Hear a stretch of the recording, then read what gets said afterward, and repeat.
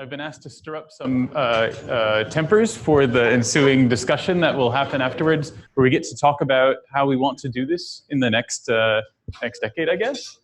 So I'm John Chodera. I'm at the Memorial Sloan Kettering Cancer Center, and I think it's really important that we think about what we're trying to do here, right? Like, why are we here? What are we trying to accomplish? So what are our goals? So for these blind challenges, we really would like to figure out how well methods would work in practice. Like, if you have to use a method in anger, how well do you expect it to perform in different use cases? We'd also like to characterize the domain of applicability. When can you expect to use it and get something useful? When can't you get something out of it? And we'd also like to refine what the best way to do something is. We heard a lot about best practices and how we can write them down and disseminate them and possibly encapsulate them. We'd also like to work on figuring out why things fail so that we can expand the domain of applicability, because it's really important to learn how to grow these methods and apply them to broader application domains. We'd also like to, not because we're lazy, but because we have a lot of work to do, we'd like to minimize the human effort in these evaluations and maximize the thing we get out of it. And we'd also really like to figure out how all of the people who are dependent upon experimental data can really get the data that they need to do better and to expand theare methods. So I think these are important things to think about, and it's important for us to evaluate ourselves against these goals and figure out where we are and how are we doing and what can we improve upon. So I'm going to talk a little bit about where we are right now and where I think we can go, especially in terms of the context of the sample challenges that David Mobley mentioned yesterday. So we know that our field faces significant challenges in general, not only in the context of blind challenges, but we have interoperability challenges that Julian and others spoke about earlier today. Right now, I grew up in the case where the Charm and Amber communities, for example, were completely divided. That's a lot better now, but there's still a lot of balkanization between a lot of non-interoperable communities. There's still very poor standards for moving data between packages. How many people still use PDB? That's so sad. If there was a good standard, people would use it, but I mean, there isn't really a better one. Like MMSIF is not fun for anyone. So about evaluation, though, the problem is that comparing on retrospective data, there's not really a standard data set. We've seen like the JAX data set for free energies emerge as just a de facto data set because somebody went to the effort of curating some data. And that's really great, but it's really transformed machine learning communities, right? They have these MNIST digit data sets or ImageNet, and it's very easy to get access to these programmatically, and that's really changed the way people develop methods rapidly and compare them. And having a standard data set we can all compare on rather than just publishing your method with whatever data set it worked well on, it would be really helpful for making progress. And predictive challenges are often end up testing these unrelated choices, not just the method that we're interested in. We heard a lot about that before in terms of like the biomolecular setup pipeline. We really have to think about, are we evaluating the driver? Or are we evaluating the technology, right? We would like to be evaluating the technology and making better technology, I think. So we need some way to separate those capabilities and really evaluate the thing we want. So we want to focus on the key science as well. So a lot of us here are here to focus on one particular part of this entire complex operation for predictive modeling, where we'd like to make an improvement in loop modeling. We'd like to make an improvement in predicting an affinity. We'd like to make an improvement in a force field, something like that. We don't want to have to invent everything from scratch every time. We also, industry, who the consumers of a lot of these methods, would like to combine these best practices and really use them, but they typically have to hack things together. So that's a real problem. We've seen workflows like this. I think Julian had almost exactly this. This is how you do things in GROMACS, for example. And if you're a method developer where you want to change the way you do the sampling, for example, you have to also worry about all this other crap in order to get anything to work. Like, you can't even make a prediction. So thinking about how we can focus efforts on the science is really important.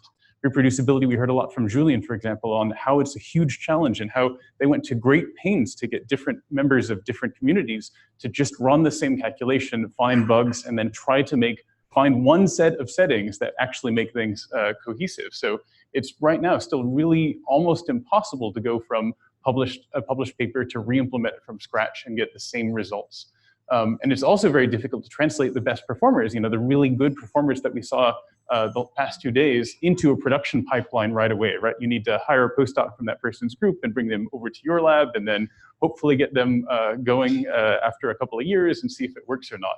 And if you want to track down something, you have to do the exercise that Julian did, which is a labor-intensive cooperation between groups where you really dig into what's going on. Why are things different, even though we use the same methodologies? We really have to think about, are we evaluating the driver? Or are we evaluating the technology? And we want to focus on the key science as well. So a lot of us here are here to focus on one particular part of this entire complex operation for predictive modeling, where we'd like to make an improvement in loop modeling. We'd like to make an improvement in a force field, something like that. We'd also like to focus on the key science as well. So So this is, I think, the same slide that Julian showed. Like, this is how the methods are described right now, and some of them are extremely brief, so brief you can't even read them. But they're so brief that it's very hard to actually take this information, learn from it, and re-implement it, put it into production, or really track down what the differences are. So I think we need to improve that. And just an example from my own lab. So I was serious about hiring a postdoc to fly over to your site in Merck and Darmstadt to implement a method and try it out on in-house data. That actually happens, and it happens all the time still. So if we could figure out how to make deployment a lot easier, it's going to change our lives. The training is also something very important, something that Hanneke has emphasized over and over again. You know, we're losing a lot of folks to other fields like machine learning and data science because they have this down. They can really easily train new people. They can go off and they can put a 1 or a 2 in front of their salary and work really normal working hours. And if there's these powerful frameworks and ecosystems that they can easily learn to use and be highly productive in. We don't have that same kind of environment where you can be super productive just by putting things together and investigating the challenges that you'd like to focus on. So we need better tools for really getting people up to speed and having it be a pleasant environment to actually work in. Also, funding is very difficult because you know, there's a lot of folks both in industry and in federal funding agencies that are tired of putting money into new methodology development, but not getting that return on that investment because other laboratories can't easily use it or put it into production. So it would be great if there was some way we could rapidly deploy all of our tools. And of course, validation, right? Like for blind challenge participants, I know there's folks at D3R that have done an immense amount of work to validate the submissions, but even then, it's still very difficult for submission evaluators to make sure that everybody submitted everything in exactly the right format. So just for fielding the blind challenges, it's still difficult to deal with participants submitting predictions. So it's something where, you know, it's still very hard to guarantee people submit things in the right format just to evaluate it. And you've already heard about the results, the answers for how to get around this. So we've been hearing about workflows, and I'm glad everyone's converged on this as the idea for solving a lot of these challenges. So I'm not going to talk too much about that other than to give you one concept of how I think we should go for the blind evaluation part, right? So how could the future look like if we wanted to really change this? So imagine if every submission or every publication in computational chemistry included a DOI indexed portable workflow component that was listed in there, and you just plug that DOI in and you get your component from the common component repository, and it takes in a standard input and it takes out, spits out a standard output, and you can use it to reproduce the calculations in whatever workflow engine you want, be it Orion or be it something else like a BioSimSpace, whatever KNIME workflow engine you want. There's a lot of these workflow engines, they're not going away. They're going to proliferate and be adopted or adapted to particular kinds of hardware or working environments. But having a component that could actually be portable between them so that if you're building a tool, you wrap it once and it can easily be portable everywhere is going to be transformative for both evaluations and for putting these into production. So we can hopefully get the journals to require these tools to actually report on standard benchmark data sets if we can agree what these should be too. And the great thing about D3R and Sample is that they put together these challenge data sets that then can become part of these standard data sets. But I think we still need to agree on what kinds of application domains the data sets should really focus on. And this would allow industry to evaluate these models by just plugging in that DOI, bringing that tool in-house, and easily running it on in-house data to see how it performs. And that would actually be a huge boon to people putting these pipelines into production or evaluating them internally. And there's still a way to charge for these tools, of course, right? But I would like to argue that maybe they should be evaluated or they should be free for evaluation or for doing something scientifically valuable. But for IP generation, which is the real moneymaker, that's where you could capture the dollars for actually running those tools. So just to give you a more idea of what this would look like, so we had a MolC-funded workshop actually talking about this a couple of years ago and came up with the basic concepts. And the basic ideas are coming up with something, oops, sorry for the slowdown, coming up with a workflow component which would be interoperable between different workflows. So if you're a tool maker, you can wrap your tool once, make it available to many systems. Software vendors could also use the same thing, and there could be a way to work out licensing models. We'll have to figure that out. But then this could become part of this ecosystem of components that Julian had been talking about, where you could really mix and match things. And we would need to define a few things, but there's not that many pieces of information that we need to put together and agree on, like how the components are encapsulated, perhaps in a Docker container, what information has to be exchanged, and for predictive modeling, like predicting a binding pose or predicting affinity, it's a very standard set of information, so it can be very easily done. How the components say what they actually do, and we can figure out licensing models later, because I think a lot of the tools today are mostly open source. And then how toolmakers get feedback, especially regarding failures, would be very useful, because if you're putting a tool out there, you want information on how to make it better. So you want to capture some information eventually. So this would really allow us to separate evaluating the driver from evaluating the technology, because we can think about this in terms of a really automated workflow for blind challenges. So you're not submitting your prediction, you're submitting your tool. And the tool would go in and it would be both retrospectively evaluated to make sure everything is working, and then prospectively evaluated on whatever data comes through. And I'll talk more about that in just a moment, but this is the basic idea. So you have some sort of industry data set that's come through a blind challenge, or from the sample cases, data we've collected but kept blinded. It would go through a preparation pipeline, which would represent our best practices, as Julian had been mentioning. You'd have your tool and you'd evaluate a bunch of these things where they just need to take standard data in and out. And then you have an automated analysis pipeline that would also encode everything we know about best practices for evaluation.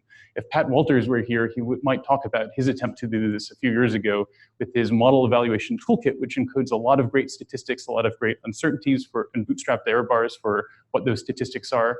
D3R has come up with some really nice ways to do this automatically on their internal end, but making sure that everybody could access this offline too for their own evaluation purposes would mean that people are sharing the right statistics and not just reinventing how they compute R squared every time. And then we would have some standard benchmarks that we could report. So this would, this solves the problem, because this container could run anywhere. It could run on your laptop. It could run on AWS. In the case of Orion, it could run on your computing cluster if you're an academic laboratory. And then you could easily also make sure that the same component, at least in most cases, can run the same as it would next year and the year after. There's some special issues regarding GPUs and CUDA versions, but we can figure that out too. So you can also ask questions about how changing the preparation pipeline might lead to better best practices. You can change the way that you do that large setup of how do I model loops? How do I add solvent in the right way? What's the right way to add counterions? And you could try a bunch of ideas and see how they perform across a variety of different predictive modeling tools and evaluate the same standard benchmarks to see which ones really do lead to best practices. So it could help us refine those best practices and then report them in standard ways.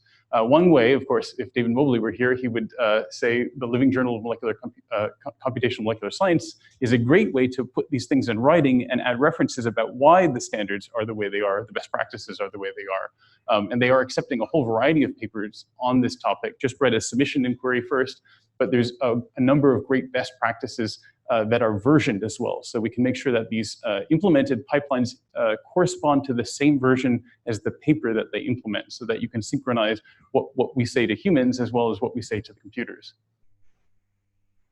So there are a number of things that we'd have to standardize in terms of data formats.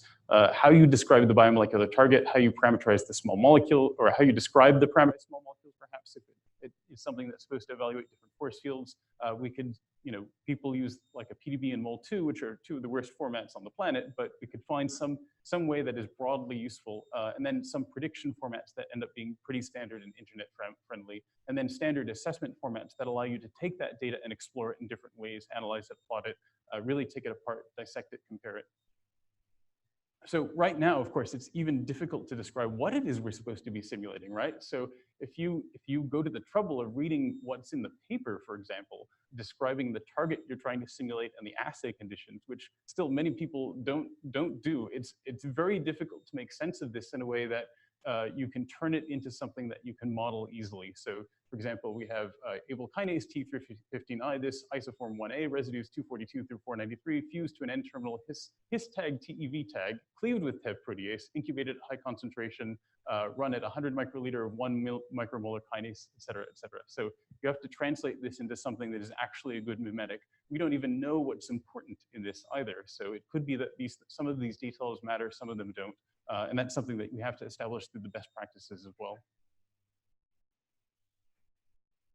So here's what we're thinking is that you could have a repository that has your DOI tagged container, and then you would submit this as part of the blind challenge. It would run through some retrospective data, tell you the statistics. If you're happy with how things are working and everything is working well, then you submit it to the blind challenge. It can go off and the data can be run through it. We could run it on computational, I'm quite sure we can get funding for computational resources, so you don't even have to worry about that part of it. You don't have to worry about the human manual effort you need to actually do this. So I think it would be an exciting way to start these blind challenges. Also, since we have the tool, we can continue to evaluate it as new data comes in and compare different versions of software as you make improvements. And all of that could go up onto a report. So yeah, I'm quite sure we can find a way to fund all of that. What's cool is that this is already in practice, right? This is something that Rami and Mike Gilson have put together in the context of docking through Kelp. It's not quite to this level of you can easily submit a DOI yet and get your own tool in there, but it is showing that continuous evaluation can be very, very useful. So if you haven't heard about this before, I think Mike introduced, or Rami introduced it yesterday. The basic idea is that there's several days in which structures arrive to the PDB but are not yet available for the public. And so you can automatically process these through different docking codes to see how well you reproduce the docking poses. The amazing thing about this, to me, is that this has processed 4,384 targets so far. So this has more statistics than any evaluation before. And it's been very difficult previously to tell the difference between different methods because we don't have enough data. But here you can start to accrete enough data through all of these methods to really understand how well they perform, and then drill down into much more detail about how those methods compare and when they fail, what types of target classes they fail on. Like I said previously, if you don't have enough data, you really can't tell which of these methods are differentiated from each other. Also, as we're getting towards more and more machine learning approaches, these methods require enormous training sets and probably very large evaluation data sets as well. Here's one example from, I think this was KDeep, which used at least 13,000 protein ligand complexes, for example. We heard about this earlier today. So I think we need to think about what data sets we need in order to or what size data sets we need in order to make useful conclusions. So we might need very large data sets. We might need specifically constructed data sets that are attempt to ask statistical questions about performance under certain scenarios like lead optimization or potency maintenance versus just trying to go from a crude hit to a much more elaborated high affinity molecule. We might think about targeted data sets for specific things that limit accuracy. And this is something Sample has been thinking about for quite some time. We'd like to isolate individual challenges or individual issues that limit accuracy. For example, the treatment of charged ligands is still quite difficult. So if we can have a data set that everything else is very simple, but we work with charges, that's something that might be very valuable. And then thinking about synergistic data sets too, because a lot of pharma would like to do multi-objective design, but we don't necessarily have homogeneously good models for all of these. Plus, if you think about using the same molecule in several different scenarios, you can learn a lot from comparing the solubility, for example, or how you fail at that versus predicting selectivity or predicting non-specific binding. So there are some partnerships that we could form, and we're working on this with Sample right now that could really change the scale at which we can collect data. One of them is working with NIH NCATS. NCATS, of course, has they're the National Center for Advancing Translational Science. They have brought in a lot of cheminformatics expertise and high throughput biochemistry expertise, and now automated chemistry is expanding as well, with the idea that they want to de-risk targets for industry, but they also want to improve our ability to actually do drug discovery as a field. So they have high quality compound libraries, very large ones. They have gold standard assays, and they maintain this special workbook of the highest quality best practices for assays, so they can really take an assay and make it good or validate it. They can do something like 10,000 measurements per target or 100,000. Also, we've been talking with Diamond MX in the UK, also with XChem. They have a highly automated high throughput beamline where they can dispense compounds in DMSO directly into co-crystals or hanging drop crystals to do co-crystals. They can collect maybe 1,000 to 10,000 crystal structures for any target. So if we pair with them appropriately, which we're trying to do for the next 2 sample challenges, including the HSA and NanoLuke stuff that David Mobley mentioned, we can start to get data scales that are much, much larger. And then when you think about combining that with purchasing compounds from Enamine, which provides now 11 billion compounds as part of their Enamine reel for less than $200 a compound, usually with an 80% success rate synthesized in a one-step robotic synthesis, things get really interesting because we can go through multiple iterations of this very quickly with a reasonably low burn rate for money. So we also might be able to develop new techniques that kind of combine our expertise in cheminformatics and our expertise in automated measurements if we need to focus on something. So I'll just highlight one quick thing. We found from the pKa challenge that from sample 6 that Maytep ran, that these methods are really good at predicting pKa's for the wrong reasons. So they'll get pretty good, accurate pKa, macroscopic pKa's, but microstates will be totally wrong. And we only figured that out because they did some manual NMR that took about 2 months for about 2 compounds that allowed us to annotate like a set of 7 compounds in total, if I recall.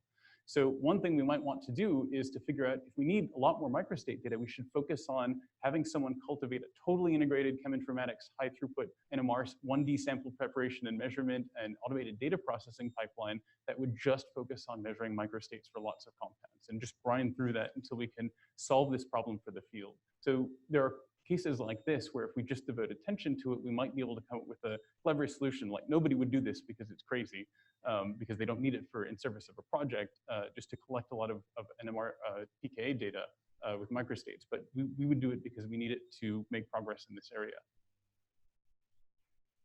There's a lot of other things we could think about too. So of course, working with pharma, where if they're interested in contributing data sets that are like the things that they're struggling with, because they like methods to perform better on them, they can take dead projects and submit them.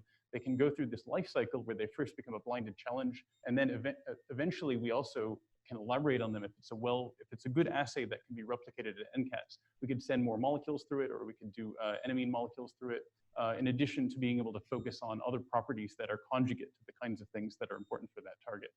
There might be other ways we can liberate data from journals held up prior to publication, or other data generators, like maybe the SGC would be willing to share for a small amount of time before it goes public. But each data set could be held for a challenge, released to participants, then become part of a standard benchmark set as these benchmark sets grow. And like I said, in machine learning, it's so easy to make progress in this area. You can't see this, but essentially with 1 or 2 lines of Python, you can grab a standard data set from one of these standard libraries like TensorFlow, and you can use it in your model evaluation and training and improvement. So if we had some way to also make sure that all of these data sets were super easy to access through a variety of means, rather than having to wrangle all of them yourself and write some scripts, I think that would also speed up progress in this area. So Sample, of course, is thinking about protein ligand systems over the next few years. And we're really trying to come up with synergistic challenges where we take some ligands like these kinase inhibitors and think about not only binding to protein targets like kinases and different kinases for which they are selective for or not selective for. You can think about actually making mutations as well and predicting the affinity changes on those mutations. You can also think about binding to other things like blood carrier proteins like HSA, which some of them bind to and some of them don't. We don't even know which moieties are responsible for that. We can think about doing the pKa's as well so that we can understand how that relates to all these other affinity properties. So permeabilities, log Ds, log Ps, solubilities, and polymorphs eventually. And then also these things go into macrocyclic hosts too. So thinking about using the same chemistry into all of these different assays is a great way to think about how to make progress rapidly. But we'd also like to cultivate new protein ligand systems that focus on specific challenges. We've learned a lot from all of these model systems where there's just one thing that you have to worry about at each time. Like FKBP is very small, but binds these weird macrocyclic ligands with rotatable bonds. You have some things like IL-2 that bind in a plastic binding site but have very uncomplicated behaviors. Trypsin binds charged ligands, but is otherwise pretty much a rock. So if we think about how to focus on simpler systems that isolate particular challenges, it might help our progress quite a bit. But finding these systems is very difficult. You can't just go to the model system shop and expect to find one off the shelf. It's either word of mouth, hey, you should really look at aspartyl proteases if you're Christopher Bailey, or my advisor worked on D3R lysozyme, which is true. Or I got the plasmid from this dude down the hall, or everybody else is working on it, right? These are the ways that we typically get these systems. So there must be a better way. So Mike Gilson, I know, has thought about the same sort of thing, but if you enumerate the desiderata you want, so things we can actually work with in our laboratory, and then has a lot of stuff that we're interested in, like maybe known point mutants if we want to actually study mutations as well, and it would be great if we could get it funded. Then you could think about creating an automated prospector for different kinds of model systems where you start with everything that has crystallographic data, and then you retrieve all known structures and ligands, retrieve a bunch of extra data, and then start filtering away until you find things that might have interesting interesting behaviors. So we built a prototype of this, for example, where we look at all sorts of things, including can we express it? Does it have things that bind? What are the dynamic ranges of all of these affinities? How many of them have approved drugs that bind? Because those are easy to attain in mass quantity and probably mean somebody cares about that target. Are the dynamic ranges of affinities large enough that you might be able to actually learn something from it rather than a very narrow range where you can't really make any progress if your method is already inaccurate? And then think about filtering all of these until you identify some proteins that are actually of interest. So funnily enough, this is how we found luciferase as a potential target. You can also look for molecules that might have easy measurements available, or systems that have easy measurements. Like if this protein binds these molecules and you know these are fluorescent scaffolds, then you might actually be able to develop a fluorescence assay in a very short amount of time and use orders of magnitude less protein than you would for ITC, for example. So I think there's going to be technologies on the cheminformatics side that help us build better model systems for you to actually do measurements. Finally, I want to come back to this sampling challenge that Andrea Rizzi had dug into and is currently writing a paper on from the sample 6 challenge. David Mobley mentioned this yesterday, but here's the updated figure, which shows that basically none of the methods up here can agree on what amber is. If we give them the same force field, the same charges, the same box, the same ions, and ask them to compute free energies, the discrepancies between them are on the order of 0.4 plus kcals per mole. So it's getting to be, I mean, we're getting to that level of accuracy for some of these methods. So if we can't even agree on what the actual thing is that we're computing when we have a specific model in mind, then we're not going to make any progress. So we have to think about fixing that. And part of this is led by Carmen Kondik-Jurkic, who's been working with who else is running this workshop? Matteo Chavin, yes, who's really leading this effort to get folks together from different software packages and lock them in a room for 2 days in Brooklyn and try to standardize how we actually get information into these packages and how they implement it and what they implement. So this is going to be in November. So hopefully we'll have something good coming out of that, at least in terms of how do we get a force field into these packages and how do we get them to agree on that. And I think with that, I want to thank all of the folks who, and I'm sure there are many more I've forgotten here on the D3R and sample sides and the MolC side who has helped us with all of this, and also my own laboratory. And thank you for your attention. And I think we should just dive into the discussion.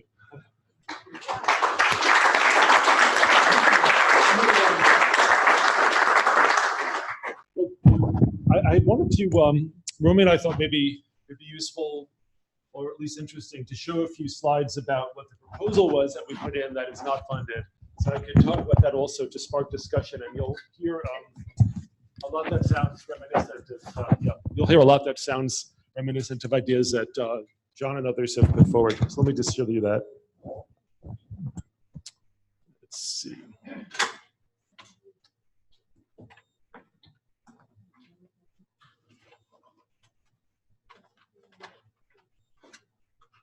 Is there a question or two when, no, sorry, you have the mic. So you're getting the, I'll answer a question while he's getting the slides up. Yes, I'll repeat the question. As usual, great talk, very nice articulation of the problems.